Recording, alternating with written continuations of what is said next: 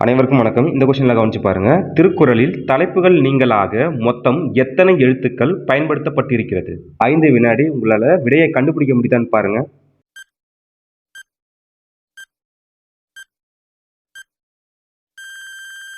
உட்கார்ந்து கிட்டத்தட்ட 1.5 வருடங்கள் அந்த ஆராய்ச்சியில் ஈடுபட்டு ஆராய்ச்சி பண்ணிருக்கிறார்.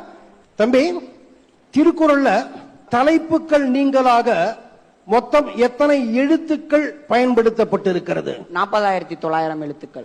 இவற்றில் உயிர் எழுத்துக்கள் எவ்வளவு? 3074. ஆயுத எழுத்துக்கள் எவ்வளவு? 50. மெய் எழுத்துக்கள் எவ்வளவு? 12,729. ஆக மொத்தம் அது எவ்வளவு?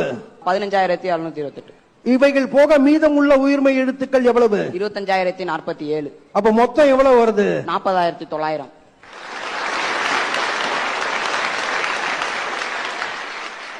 உயிரெழுத்துக்களில் அதிகமாக வரும் எழுத்து எது?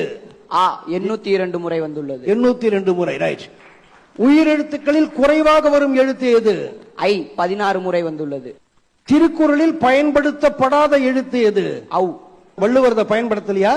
அதுக்கு பதிலாக ஆ யு என்றுதான் பயன்படுத்தியுள்ளார். ஔன்னு பயன்படுத்தாம ஆ யுன்னு பயன்படுத்தி இருக்கிறார். மெய் எழுத்துக்களில் அதிகமாக வரும் எழுத்து எது? 2 சுழியின் 2062 முறை வந்துள்ளது. மெய் எழுத்துக்களில் குறைவாக வரும் எழுத்து எது? யு 37 முறை வந்துள்ளது. குறள்களிலேயே மிகவும் பெரிய குறள் எதில் இருக்கிறது? 957வது குறள் 39 எழுத்துக்கள் கொண்டவை.